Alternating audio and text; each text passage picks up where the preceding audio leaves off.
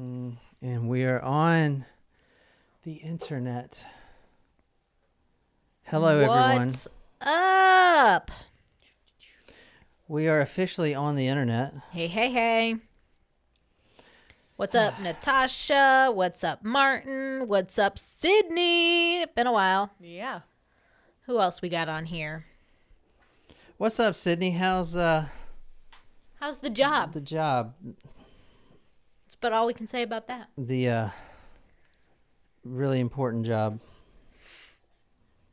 Damn it, where's my mouse?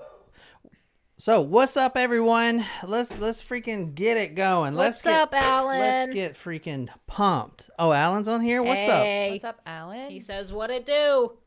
What's up? Me and Alan are going to play some VR basketball. Oh, yeah? We already talked about it. There's Nice. so the VR thing, there's this basketball game that's it's realistic. Like, it feels like you're actually throwing a damn basketball. And like has like real physics, so it, goes in the hoop or bounces out, but it's really cool. And like, you can play against someone across the world, Well, that's cool. That is pretty cool. What's up? Oh my god, we got a ton of people. Sable, Sydney, Alan, Shram, Courtney, and Natasha. Martin, thanks for posting that thing on Discord. Welcome, everyone. Dude, this story is freaking nuts. Oh my god. I am so excited for this one. It is. I do want to say that this is going to be a two-parter. So this is part one. We're going to do part two for Supremos on the next episode. So if you're one of those people that need to have both at the same time, either go to patreon.com/talkmurder and you can stay on for the next episode, or just wait till next week. I'll have them both posted, Cool. then. But I will say a lot of this story will be supplemented by the Johnny Llama podcast, so we can do that during the week. Mm-hmm. Stuff that goes into the story that's not really murder, but it's, it is part of the story. So I can't really explain too much, but go to any podcasting app and look for this logo here. And what do you think about that, Jen? that logo there. Pretty I amazing. love that. That's a really realistic llama. Did you make that yourself? Yeah. No, so kind of. Elon Musk made it for me. He owns the company that does the thing. Anyway. ChatGPT? Yeah. So go and follow that right now. That podcast is up. There's going to be like 2 or 3 supplemental episodes based on this story that isn't really murder, but is super interesting. And you're definitely going to want to follow that.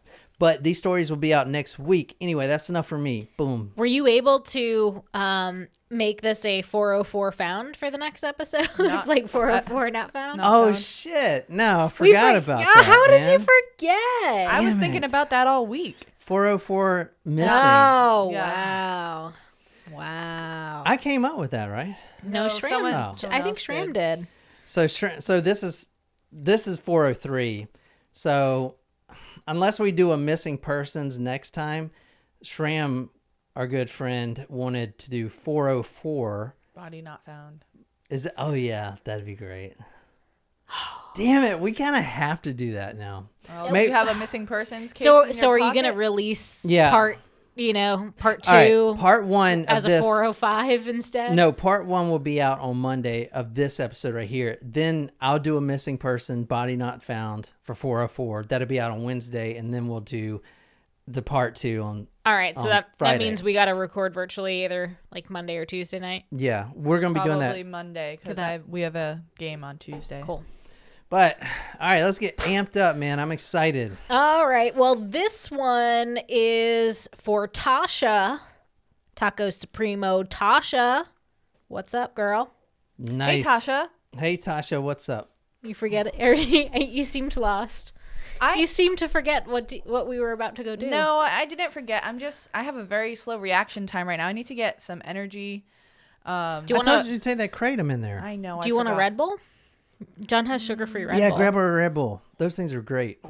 Okay, I'll have one of those. Might as well grab me one too. Or you want another Diet Coke? Get a Red Bull. It's up to Jen what she wants. I'll take a Diet Coke. No, I'll take a Red Bull.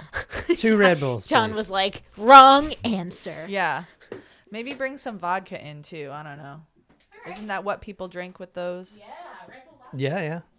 So, man, we got a ton of people on here, Jen, so don't, like, screw anything up today. I'm just kidding. That's fucked up. No, I mean, you're not You know what? This kidding. episode, I'm It's going to be fine. nice. This is going to be a nice John on this episode. I got what? Cocaine made famous by Tom Hanks? I was just talking about that with Niquiz. Oh, Diet Coke and champagne. Yeah, it's called Diet Cocaine. Tom Hanks drinks that? Yeah. Alan just was talking about the Diet Cocaine. Is Do there we not have a- champagne? Do we have champagne? I did get a nice bottle, Oh. but I don't want to mix it. No. This is like, Sarah says Jen never screws anything up. thanks, Well, Sarah. you haven't lived with her yet. Just kidding.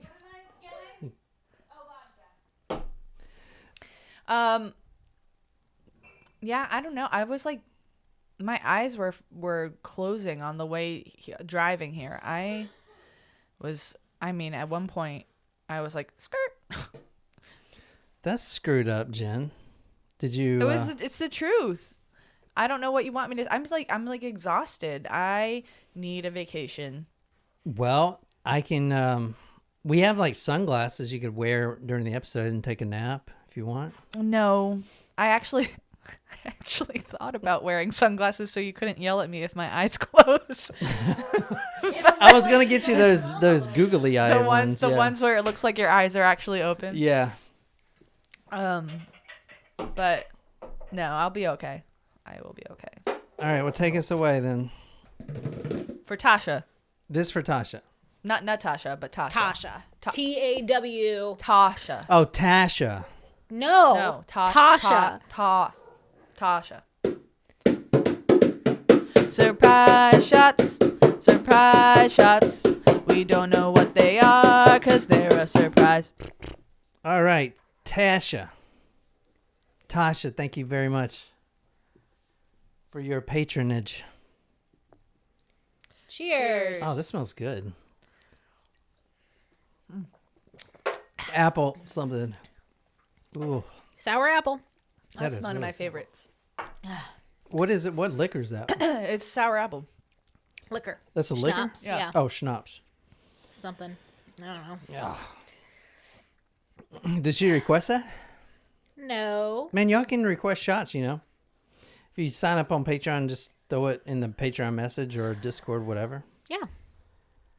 If I do not- need to now that we have space. We like literally were crammed in the liquor cabinet, so we've emptied a few bottles. I can go and buy some Stuff. Yeah, maybe I'll do that. Maybe I'll do that on Monday. I'm gonna take Monday off. You deserve it. I fucking deserve it. Fucking tired. Yeah.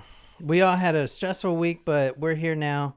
So everyone's happy, right?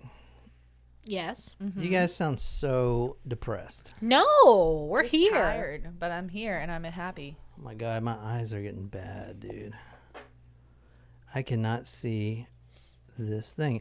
All right, who's ready to get started, man? This is going to blow off your socks. Well, I already have a hole in one of them, so. I think it's time to throw that pair away, Jen. Well, that's the thing. It's not a pair. I think it's time to throw that one sock away. Yeah. All right, so if you know this story, this is going to be part 1, part 2, like I said.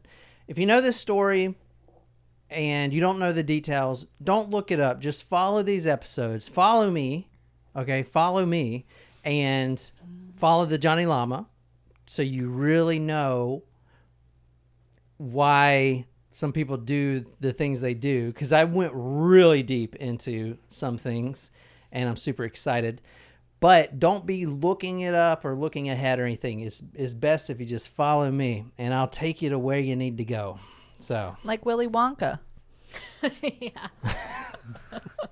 Except your tour is going to be like that creepy part of Willy Wonka where they're in the tunnel. The whole part of Willy Wonka is creepy. That is a creepy ass movie. Yeah. And I haven't even seen the one with Johnny Depp. Oh, I haven't What are you either. talking about? Well, that's Charlie and the Chocolate Factory. Yeah, that's- the one with Original? Gene Wilder is Willy Wonka. It's still fucking creepy. No, wait. It's Charlie and the Chocolate Factory is the original, and Willy Wonka and the Chocolate Factory is the one with Johnny Depp, or vice versa. Just one of those One of those storylines. But yeah. Creepy. No tanks. All right, tonight we're going to Google Earth. So if you are on live stream right now, make sure you say hey in the chat box. You got to subscribe to do that so we don't have any trolls. But you can see where we're going tonight. And if you're listening to this on podcast, go to talkmurder.com. That's where I put all my photos and everything else. And that will be there by the time you hear this.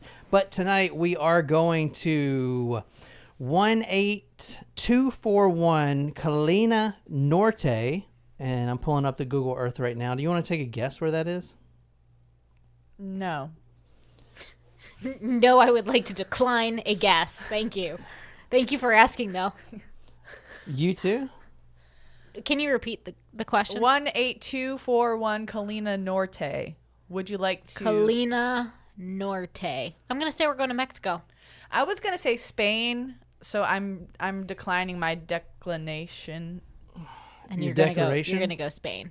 I'm saying Spain. All right. So here we go right here. We're on Google Earth. And Colina Norte. I got to type it Alan in. says California. Oh, shit. I am going to Mexico right here. What the fuck? All right. Here we go. One Hey, second. Amanda. Welcome to your first live chat. What's up, Amanda? Up? We are going to California, yeah. Oh, Alan guessed it. Hold on. I have not even went there on Google Earth yet. That's show you how real this is. So let me. Google Earth is not pulling it up. So I'm going We to. need to file a complaint with the Google machine.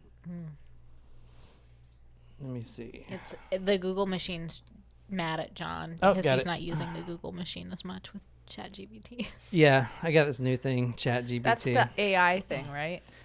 Yeah, like literally, you type in anything, and it tells you the answer.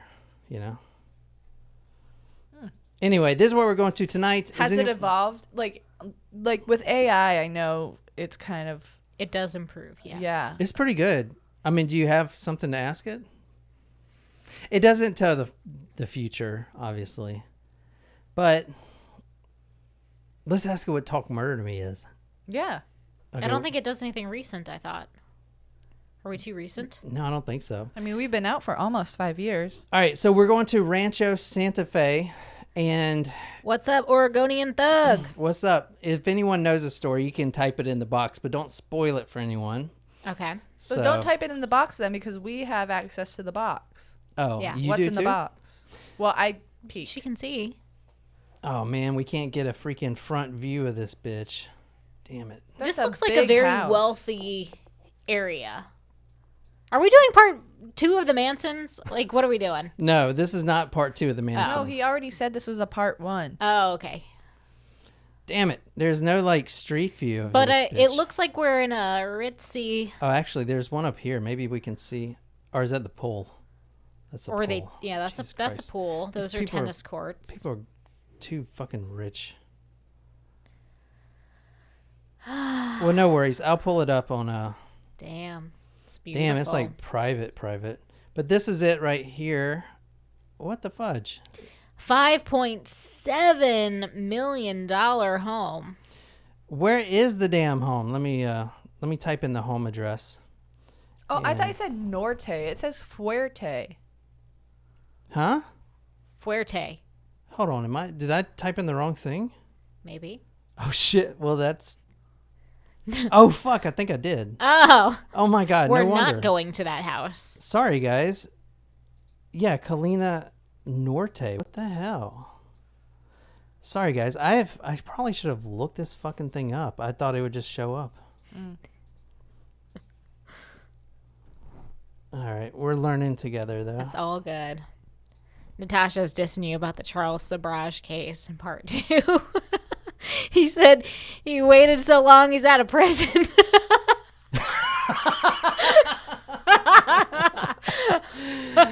Oh. Damn, that's That's funny as hell. cold, Natasha. Dude, that is really funny. Hey, Brandon. What's up, man? What's up, Brandon? What's up, Brandon?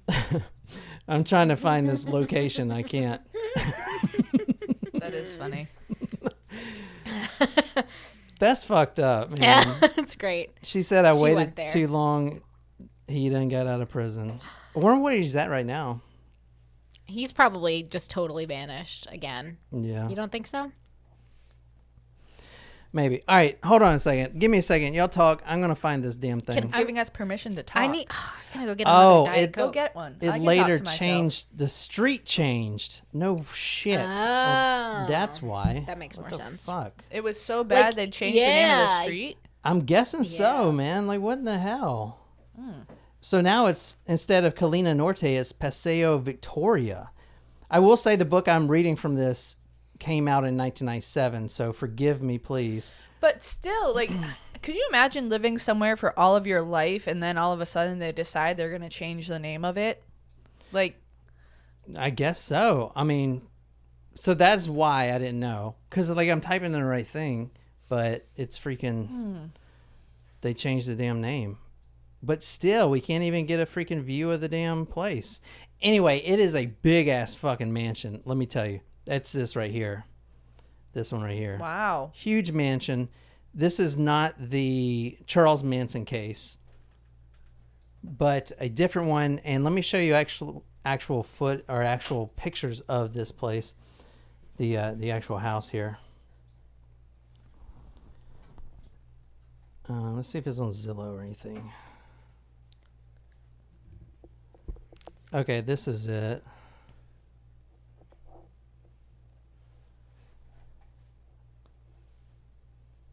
Let's see. Well, shit. 18241 Colina Fuerte. Dude. They changed the freaking name, so it's like hard to find this damn thing right now. But is it Fuerte or Norte? It was Norte, but yeah, it's Norte is what I meant. So now it's freaking this. I think if it's not, it's all the same, man. These are all big ass mansions. This is a huge effing house, and I'm gonna actually show you inside the freaking house because we got photos inside, but I can't show you two of them. I can't show you right now, and you'll see why. Is the freaking heat on? It is burning up in here. Can you go turn that shit off? Sorry. It is fucking hot. How many times does Nicole have to get up this episode? I'm sorry, babe. All right. Anyway, let's get started. So tonight we're going to 18241 Colina Norte. Later changed the address. Whatever, doesn't matter. I'm starting tonight with this female right here. Jen, can you describe this lady for us?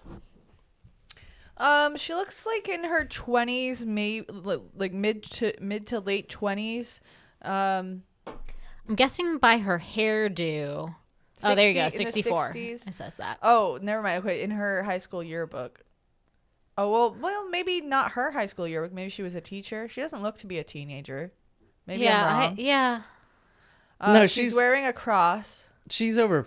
So we're going to 1997. This story takes place in 1997. Oh, okay. Yeah, March 26, 1997 is where I'm starting. Okay. So this is her photo from 1964. So what is she, 30 years? No, That she's would be probably that would like be 33 50. years. So Yes. if you're like 17, it would be. Yeah, whatever.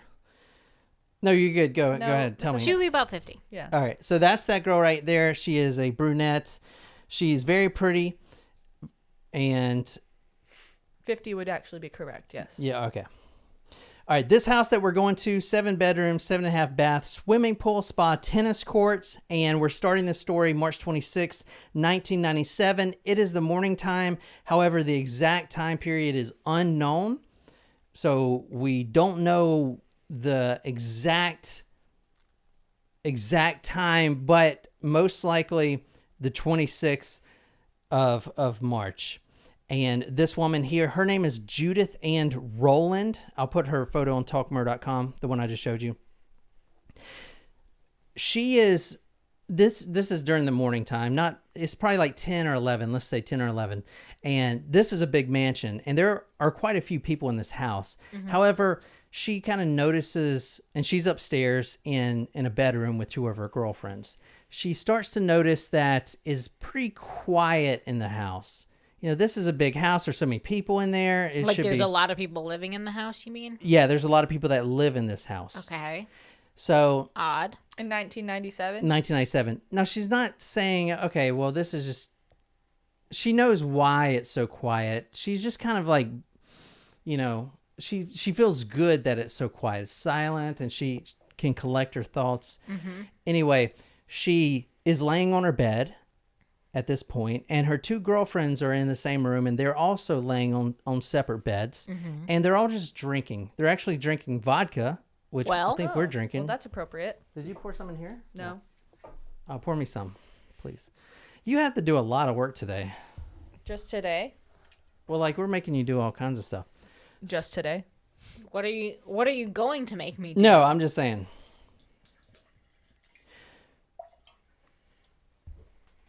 Thank you.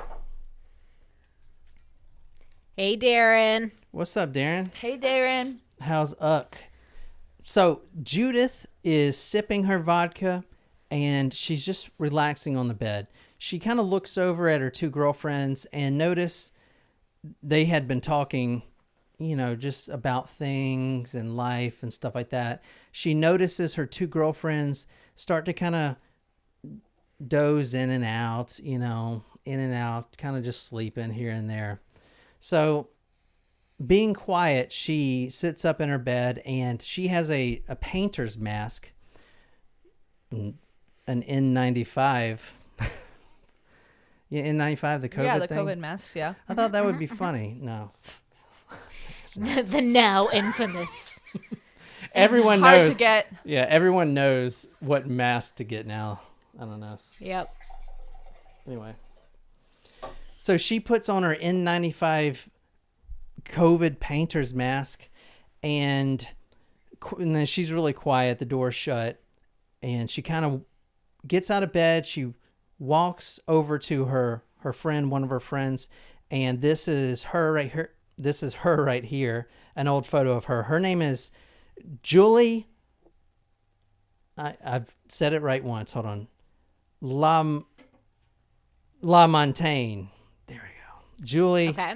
Because I keep wanting to say La Montagne or something. But this is Julie La Montagne. If you can tell us what she looks like. Short, dark hair, light skin, dark eyes. Mm-hmm. That also looks like it's an older photo. Mm-hmm. Maybe from the same time Yeah, period. these are all older photos. Oh, okay. Yeah. So that's her. And I'll put all these photos on talkmore.com, like I said. So she walks over to her bed and notices that Julie is kind of in and out of sleep. And she also looks at her other friend, which I'll show you both of these again. But this is Susan Frances Strom here. So, you know, the same. It's an older photo. She was actually prom princess.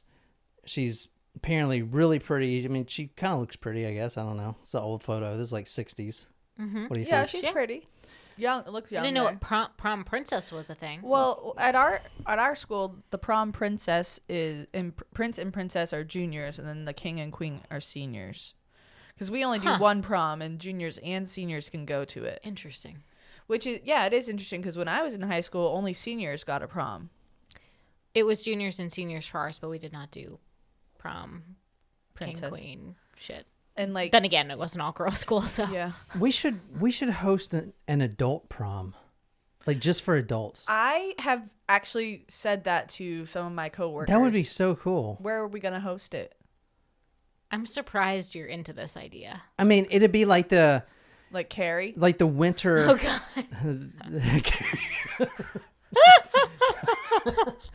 No, we'll have like slow dances and everything, and you can. Are you dressing up? It's like, where do I put my hands? He's gonna do the thing where he wears like the tuxedo T-shirt. That's probably Yeah. what Don will do. You know.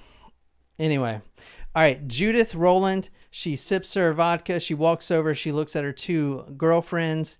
Both of them are just kind of drowsing in and out of sleep. She takes one more sip of vodka, puts her cup down on the side table, and she reaches down into her pocket and she pulls out a handgun. Yes, she pulls out a handgun. No, that's not even close. Damn. Don't tell her she's right. I knew that was coming. That's why I didn't react. Judith reaches in her pocket and pulls out a small plastic bag. Now, we don't have a photo of the plastic bag. I looked everywhere. But I think it is, the bathroom trash cans, the small ones, and the little bags that are transparent so you can kind of see through them. Not like a quart-sized Ziploc bag? No, like an actual plastic bag. Like a produce bag. Yeah, there you go. So she pulls out this bag from her pocket and quietly she walks over to Julie LaMontagne's bed and she opens the bag up and she's really quiet doing this. And then she just quietly and softly just slips it over her friend's head and pulls it down real slow so her friend doesn't know that she's getting a trash bag on her head, right? What does she think is happening? Well, she's sleeping. Oh, she's sleeping. Yeah, Okay, she's sorry. sleeping. So she pulls it down real slow and then kind of tucks the ends. So she pulls it down below her nose and mouth, which means she's going to suffocate. Them, She's going to try to suffocate her. She pulls it down. Her air is blocked now. She can't breathe.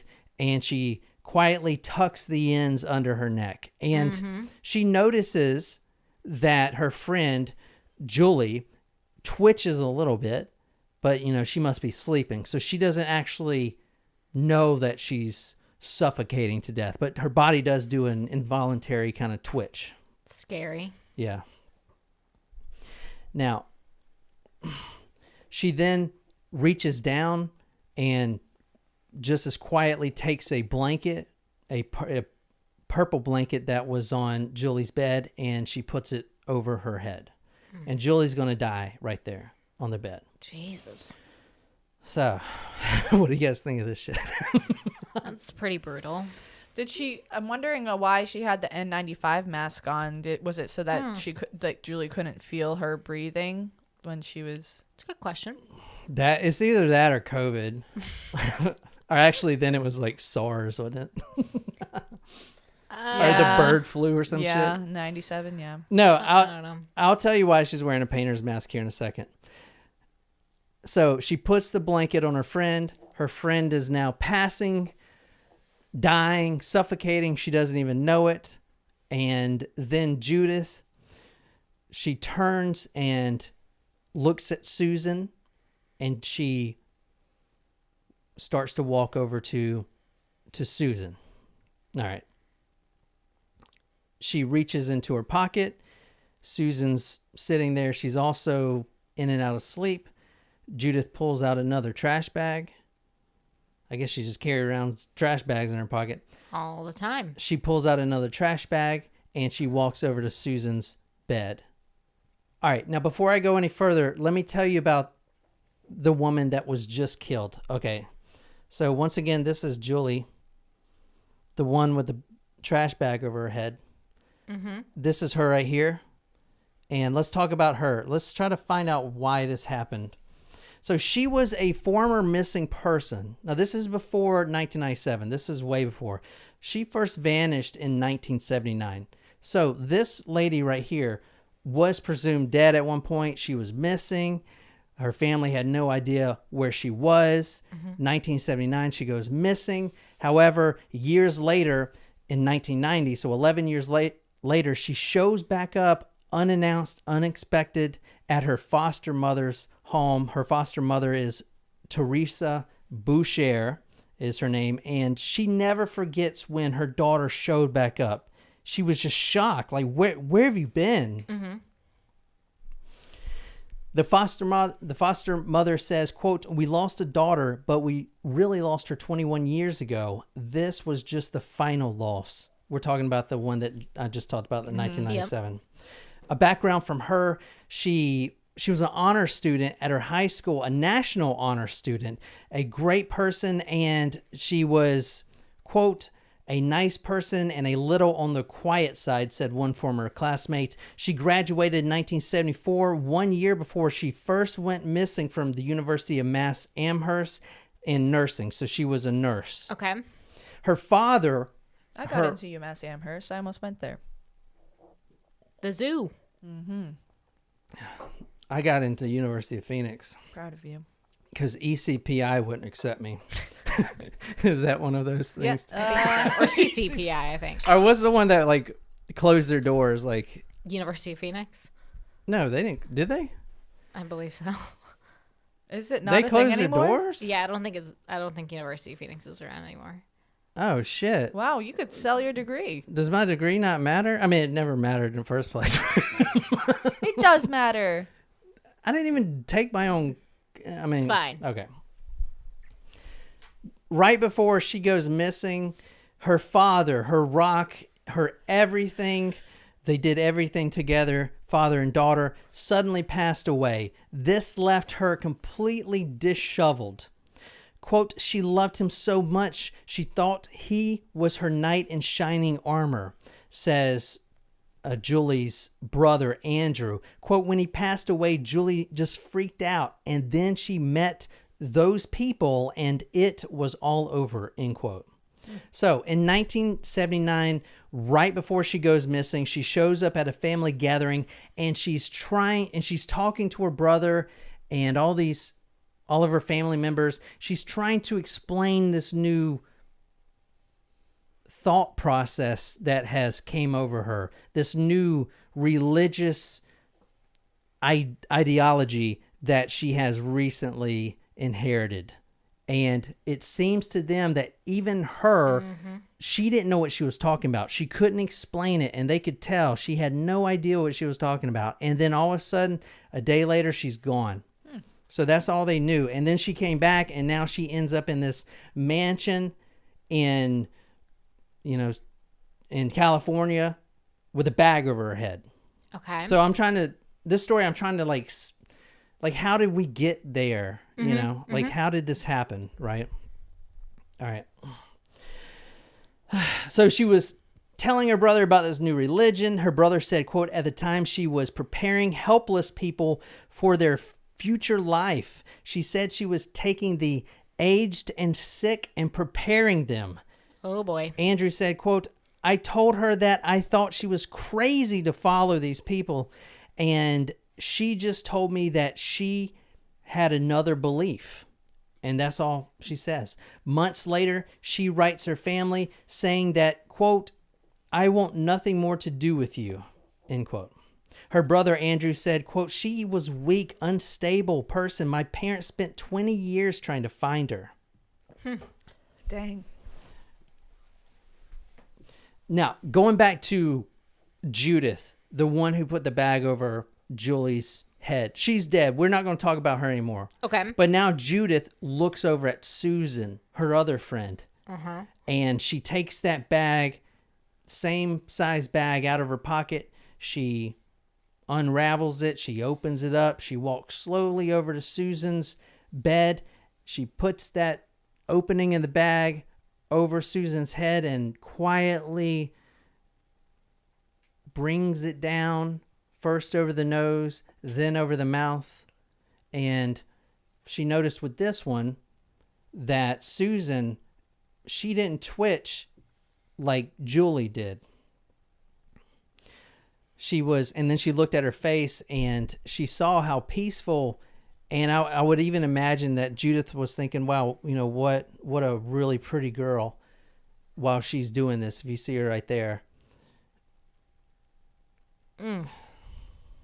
So she also died. Yeah.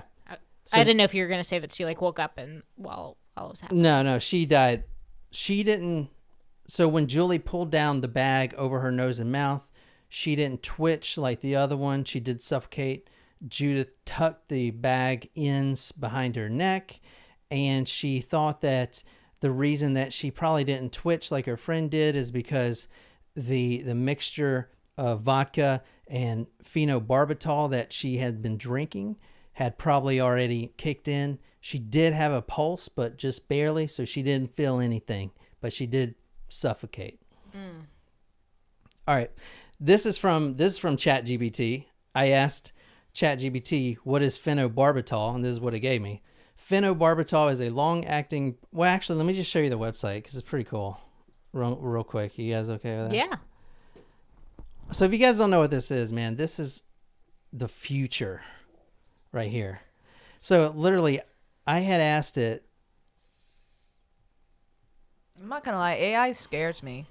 I said, what is phenobarbital? And this is what it gave me, like instantly.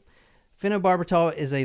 Can you read that? Or No. is too... It's a long-acting... Well, I'll read it. It's sorry. Go ahead if you want to read it. No, it's okay. I can't see it. Phenobarbital is a long-acting barbiturate medication used primarily as a sedative and anticonvulsant.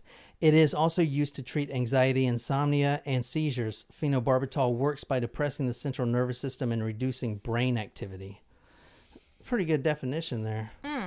You know? But that's what she was drinking. That's why she didn't twitch. So she was already sedated. Mm-hmm. All right.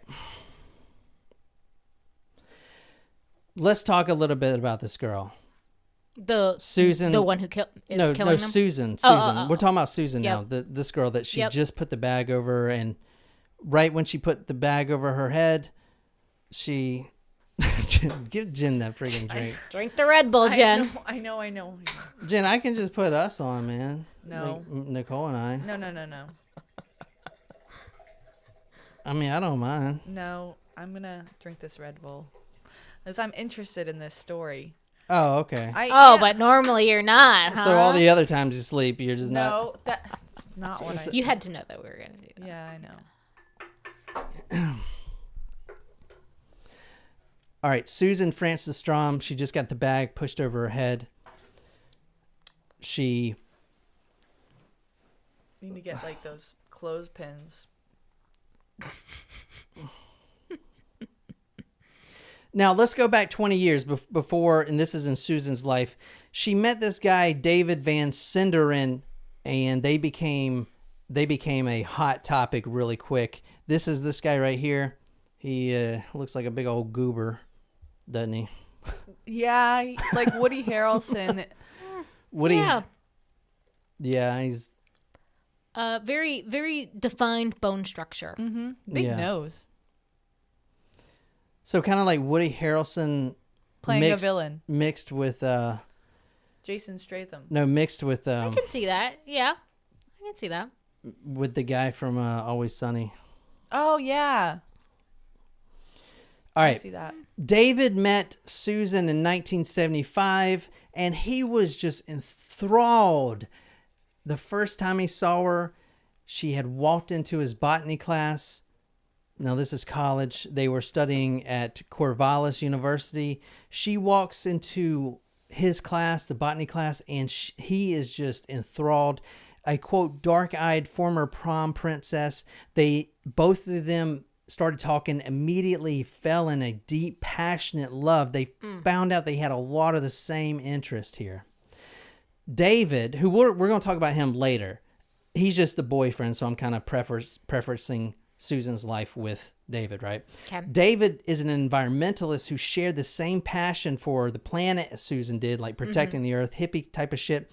Quote, the environment was what he was about. It was essential, said his sister Sylvia, who remembers carting home laboratory mice from her prep school biology class one June. 17-year-old David spent that summer teaching the mice to live in the wild before joyously setting them free, end quote. So going back to Susan, she is completely in love with this guy, but this Susan is conflicted because she's also a party girl. She loves the environment. She wants to make changes, but she also loves, that fast lifestyle. She is a daughter of an Omaha attorney who later became a federal judge. So she's from a pretty strict family. She was Catholic school raised, and her father would go to mass every day, take her with her. She was extremely religious. Okay. But one nun remembered her as, quote, most wide open to wonder. She was always searching for something, much like who we just talked about, Julie. Julie was also searching for something after her father died. But Susan was the same way. She was always searching. From the Washington Post, quote, she seemed really as if she was searching, said one former friend, Nancy Obrist. She was just so much more introspective than she had been. She wanted to talk about things like, did I feel I was right? Did I feel I was going the right way and doing the right things? I was supposed to have you read these, but I forgot to send them to you, Sorry. obviously. So she came from a very religious stock. Everyone remembered her glorious smile. Mm-hmm. Quote, I can see her at the swimming pool right now and how pretty she was, said her senior prom date. All right. So but she was conflicted as well, but eventually David, her boyfriend, they got married, and his passion for environmentalism pulled her out of what she was going in, and now she's just a part of him, basically. Okay. So they go and they travel around. Eventually, she ends up at this mansion with a bag over her head. So that's her. Okay. Now, let's go back to Judith one more time. I hope this is not confusing. There's 3 people we're talking about. Right. Judith is the killer. Yeah, Judith is the killer. Yep. Julie's already dead, the first one. Yep. And then Susan is now dead. Correct. Yep. Okay. Judith, let's go back to her, the last one standing. Judith, she started watching Susan, her good friend of all those years, drift away. She eventually pulls up a blanket. It was also purple in color. Pulls up the blanket over her head, and then she quietly walks back to her own bed. Now, she hasn't been drinking as much vodka, but she lays in her bed. She takes another sip, and then she finishes the rest. Her cup of vodka not only had the phenobarbital, but it also had the hydrocodone on it, hydrocodone in it. So like a mixture of both. Mm-hmm. And for the phenobarbital, which is used as like a cyanide to kill yourself, only 6 grams is enough to kill you for phenobarbital. In her cup, Judith's cup, she had 11 grams, almost twice the dosage, the lethal dosage of phenobarbital. So let's talk about her. As she's drinking this vodka, she's going to kill herself as well. Okay. She's going to be the last one. She is already down this vodka filled with twice the lethal dose of phenobarbital, right? Judith, a mother of 2, a Cindy Lou and a Joseph, both under 10 when their mother... Cindy Lou who? Cindy Lou was the daughter, and Joseph, her son, they were both under the age of 10 when they watched their mother walk out of the house. Just all of a sudden, just walk out of the house, left for 8 years. Dang. Just like the last one we talked about, remember? She just left. Apparently, Judith had found some new insights on things. She had found a new religion, and she wanted to devote her life to that. Now, with this story, there are more people involved. It's interesting because before 1997, now we're talking about all through the 70s, a lot of the missing cases, it wasn't missing because people figured out where all these people went, but a lot of the headlines were things like this: where have mommy and the others gone? So this is Judith right here with her baby. Huh. And that's the 2 kids right there. That's her husband, or her former husband, Bob Rowland. And does she seem happy in these photos? I'll put this on talkmore.com. Yeah. Does she seem like she's searching for something, some new insight, a way out, perhaps? I mean, I can't tell from that photo. Yeah, but... it's hard to say from a photo, but... Do you guys like this? Yes. Oh, I wasn't talking to you. I was talking to the live chat people. Oh. Is it anyone still on here? Yeah, tons. All right. So, yeah, if you guys know what this case is, I'm covering this probably a lot differently than anyone else is covering it. So just stay with me. That's what I'm saying. Just, You know, We're gonna follow you. Yeah, just follow me. To the cult sword. Yeah, I'll take you up where you need to go. All right. So both of her children were under the age of 10 when they saw mommy just walk out. Where's mommy? Where did mommy go? The father, the husband, I don't know. I don't know where she went. I don't know.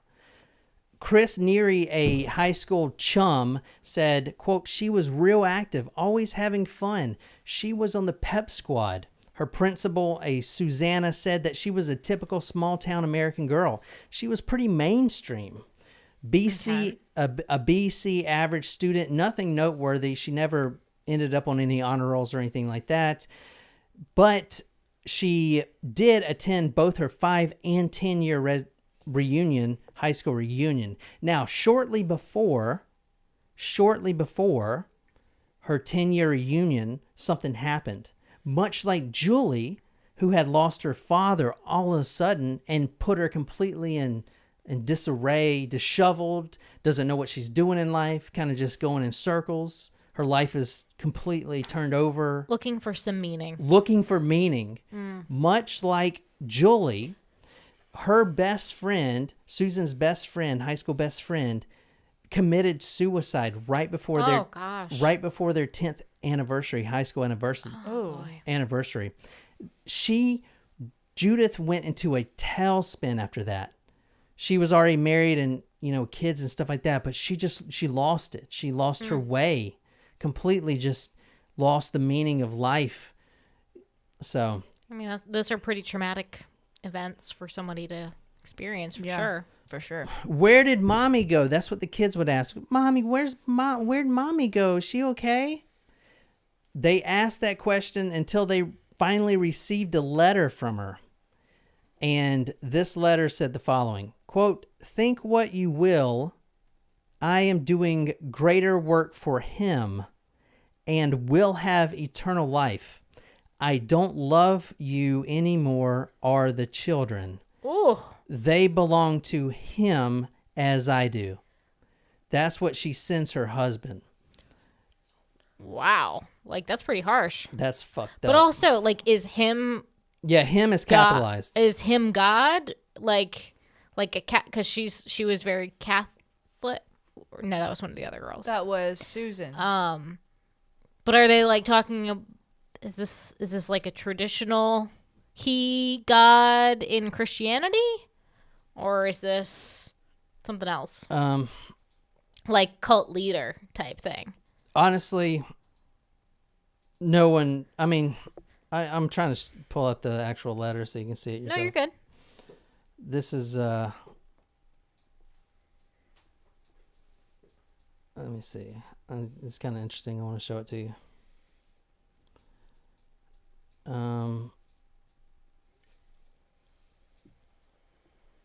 So here is... What the fuck? Where is this?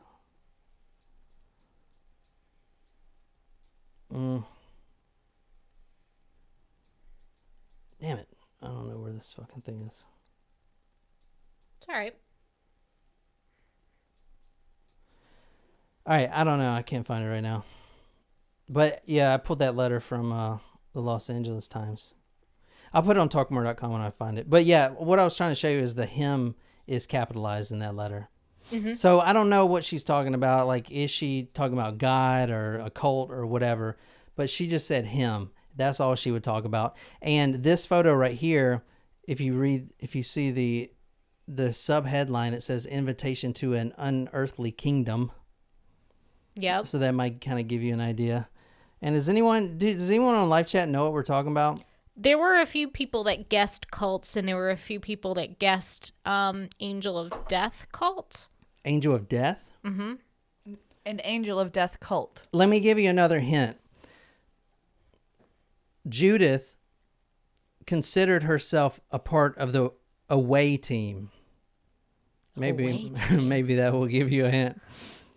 That's kind of like... What? I'm not following that hint. An away team to make people go away, so she was killing people?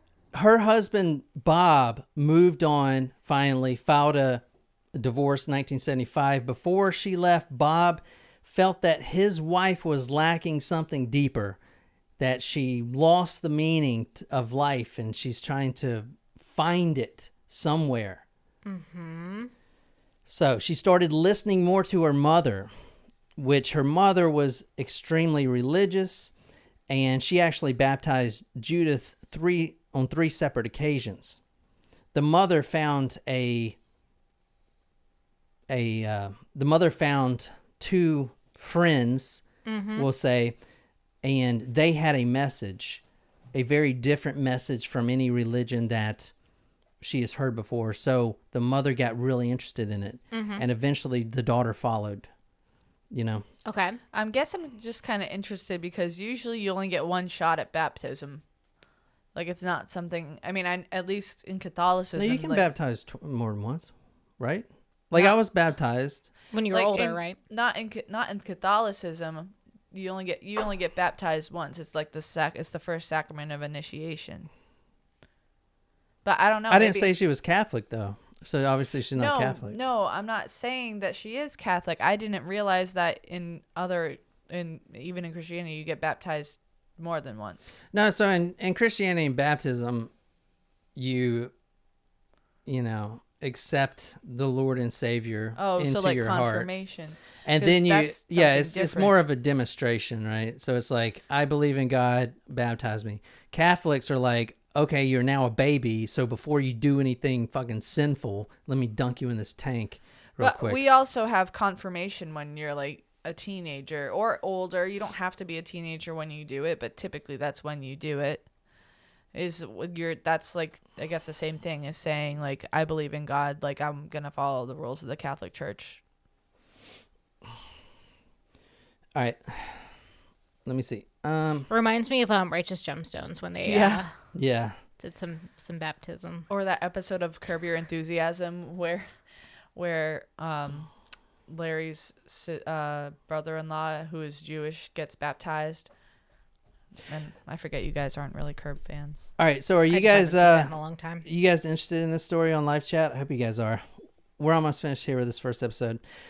The husband says, quote, well, she didn't seem awfully depressed and moody. And he told the LA Times that, quote, those people have done something to her mind. I'd like to help her all I can, but I don't think she'll ever be back. This is after she wrote that note. What did it say, that note? Going back to that note, it said, quote, I don't love you anymore or the children. I mean, why can't they love him and her husband and children? You know what I mean? Like, so why it got to be just him? So that must be so hard to. I hope the father didn't show the kids that. Well, eventually they found out. Yeah, but because this was years before, she didn't just leave and then find herself in this mansion. Like, this was 1975 is when she left. So this was damn near 20 years. I think it's 20 years Alan later. asked, give me a better hint how they could afford a mansion. How did they afford? How did that come about? Or is that for part 2? That's for part 2. We're Okay. gonna look inside the mansion. I will say, to sell that mansion, they tried to put it right back on the market, and they had a big problem getting out all the stains and the stench. Oh God! Because there was a couple more bodies found in said mansion that didn't die on the 26th of March like these 3 did. Oh no! They died weeks before. Hence the painter's mask. Oh no! Ew! Oh, I don't like that. How can you be living in a house with a bunch of dead people? You know you are. Jesus Christ. Hey, Bikram Yoga Mom. Hey. Hey, from Colombia. Oh, is it Lacey? I think so. What's up, Lacey? Hey, Lacey. Oh, man. Yeah, that's what the painter's mask is for. Oh, that is nasty. Oh. But to answer your question, so all right, we are talking about a cult, but unlike Charlie Manson, if you go back to Charlie Manson's story, which I haven't Also takes place in a mansion, but finished, interesting. I haven't finished covering that story, obviously, but they finance their ventures through like stolen credit cards and through robberies and stuff like that. This cult, if that is what we're talking about, they finance through donations and also a weird one, web design. What? In 1997? Yeah. The my very God. beginning of the I would internet love to see one of the websites designed. that like, they built. Yes. Does Wayback Machine I can one? show you one, but it Oh my kind of give God. away the story. I can show you their Okay. website. You can save it for part 2. Yeah, save it. You for, can save it for part we'll- 2, but I definitely we want to to see it. but we don't need to see it right this Yes. second. Yeah. Yes. I don't want to. If you guys don't know the story, I think it's fun to string you guys along like this. Martin has a guess. Can I read his guess? Give me the initials of the guess. H. Yeah, maybe. There you go. Anyway. Well, I mean, everyone in the live chat saw his guess. So I think the cat might be out of the bag. Well, if the cat's out of the bag, I can show you the website. All right, show us the All right, website. dude. But this story, no one's presenting it like I'm presenting it. I'm going really deep into this, man. Like really, this is the most intense, insane story I think I've ever heard. Mm-hmm. But if you guys, Whenever I think of this one, I think of the Dude, Where's My Car? The Zoltan. Oh God, yeah. now this, That's a great movie. I haven't seen that in a long Oh time. my gosh. now so Dude, what's mine say? Sweet. How about mine? well, you know Dude. what? I'm not gonna show you the website. I don't want to give anything. Just hold Okay, on. I'm we'll almost wait done. until I'm part almost two. done Okay. with this. We're wrapping this episode up now. All right, let me go back. So she sent that one letter. So she leaving her 10-year-old and her 8-year-old wondering where mommy went. She walks out the door with $1,000 in cash. That was their family savings, and a $1,300 diamond ring. Now this is screwed up. Okay, this is kind of screwed up. The first note that she wrote only weeks later explained that she was dying of cancer and was given only 2 more months to live. So she took the money and ring to pay for her treatment. So she's lying. So the husband, at this point, like the wife is just gone, leaving the kids. And now a note in her handwriting says that she left because she's going to die in 2 months from cancer. Like he still is trying to find her. That's awful. Right. There's the who we talked about first, Julie. Right. Her parents spent 20 years looking for her. And they knew she was alive, I guess. Well, they didn't. They spent 20 years not knowing, not having That's no awful. clue. And then she shows up and leaves right after that. And then there's like, well, shit. Would it be spoiling it? Did she go to this place the first time she was missing, or was she actually missing due to nefarious circumstances the first time? No, she went to the same place. It wasn't the same mansion, but The same organization. yeah, the same people. So this is what it says. This is so screwed up why she would do this. We're talking about Judith here sending the cancer letter. Quote, "Dear Bobby," the letter began, if you are not sitting down now, please go to a quiet place to read this.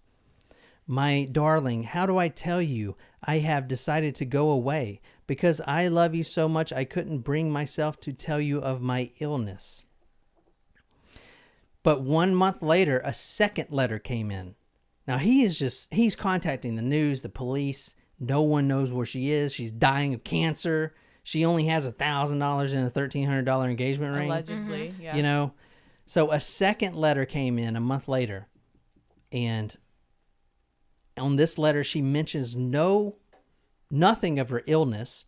She explained that she no longer loved him or the children, and had left forever to do divine work. Quote, I am doing the Father's work, she wrote.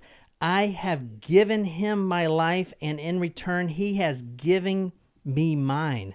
Bobby, you have to Bobby, you have given me so much, but I no longer want material things. She continued, I wish I could spare you the hurt, for in your world, I deserted you and the children. You are a great man and loving person. Don't deprive yourself of a new love and mother for your children. My love is the father now. And father is like all capitalized. So at this point, Bobby, so just to go back, Judith is the one who just killed her two girlfriends with the bag over her head. So we're going over her story now. So I kind of went over all three. It's like, yeah. I probably shouldn't say this. It's like her name's Judith. Like the same thing as Judas with a lisp. Judas with the lisp? Yeah. Yeah, you said that last time, like people had lisp back in the day, right? What? Somebody said that? We were talking about accents. Oh. We were talking about accents. Not lisps. Judith. All right. So, I'm sorry. I couldn't. I once I thought of it.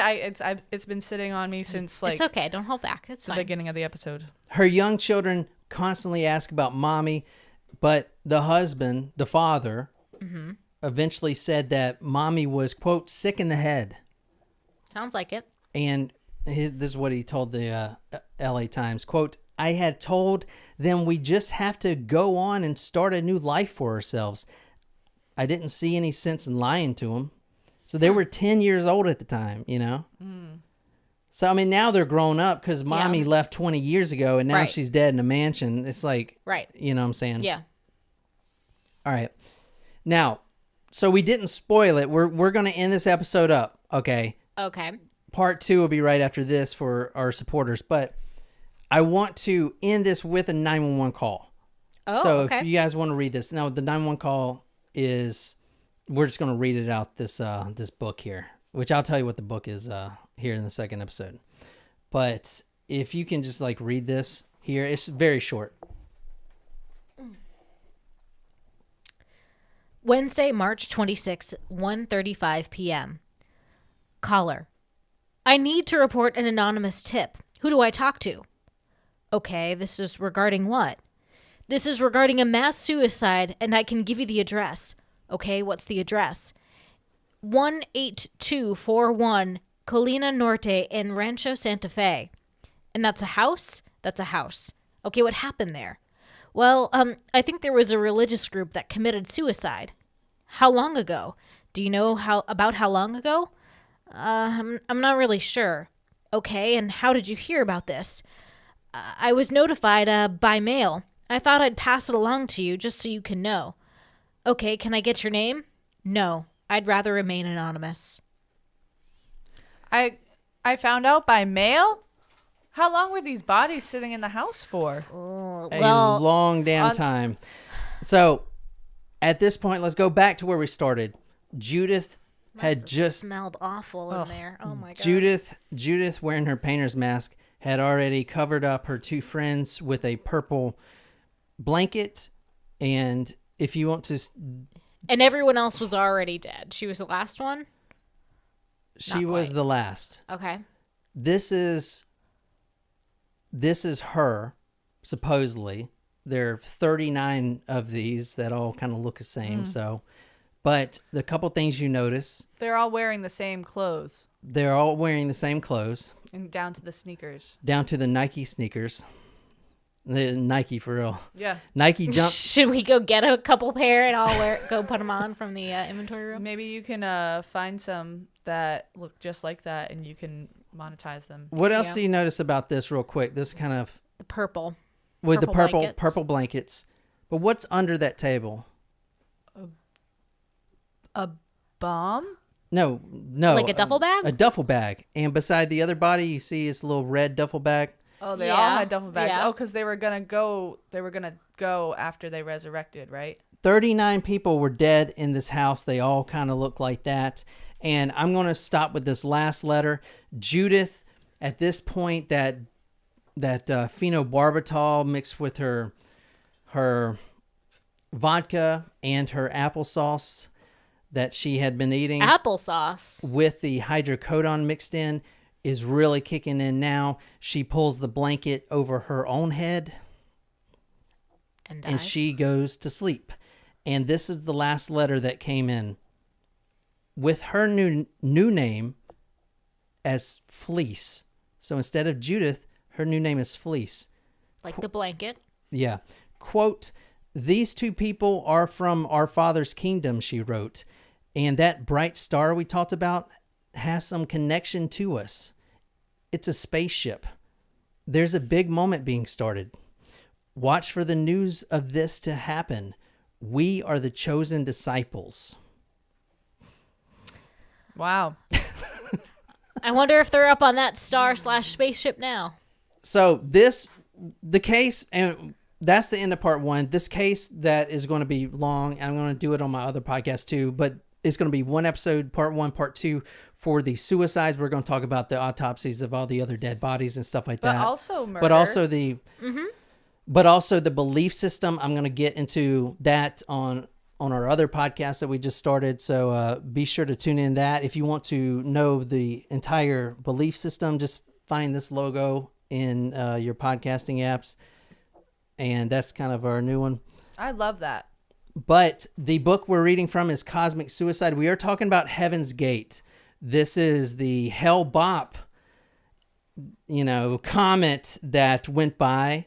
And for these guys, for 39 people, they believed that. So we're not talking about suicides or murder here. We're just talking about them leaving their vessels. And so apparently now they're on a spaceship.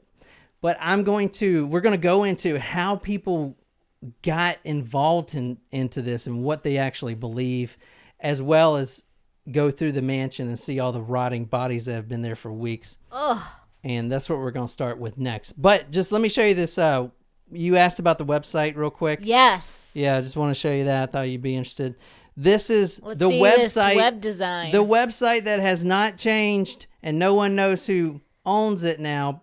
Cult members, obviously, that didn't ascend, still own it. But this website has not changed since 1997. So flashback to the past.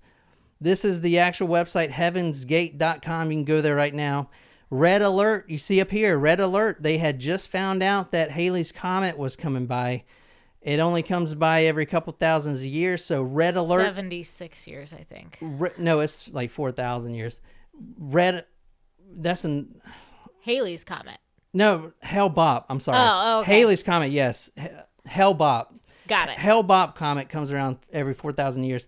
But red alert is where they saw that, hey, this comet's coming up, so everyone, Oh my God, Shram said you can contact them and they respond. Oh my goodness. Oh my God, we have to reach out. Shit. Yeah, let's do it, man. And to answer Alan's question, they were making a lot of money designing people's websites. I mean, for 1997, that's pretty good. Yeah, no I shit. think. Yeah. So that is the part one of Heaven's Gate. We're going to do part two right after this for our supporters. It's a crazy story. We're going to do more of the inside the mansion, and we're going to talk about the ideology. There's two people here. One of them is this crazy little dude here on the front cover of this book. And he's kind of the main guy. He changed. He goes by like he and the other main leader changed their name to something, right? Like yeah, they changed their name a few times, but we're going to talk about all that and go into this book. And this book's actually signed by the authors. Oh, Whoa! Check that out. Anyway, so we're going to do that next, and we'll be back on 15 minutes. In 15 minutes for you guys. If you want to stay, patreon.com/talkmurder, become a Supremo. Stay for that. If not, don't worry about it. Money's tight for everyone. Just wait till next week. I'll have all these out and you can hear them. And if you're here right now hearing this, thank you so much for stopping by and watching us. And that's all I have. So you guys got anything? We'll be back in about 15. All right. Well, until next time, good night, you lovely, lovely sheeple.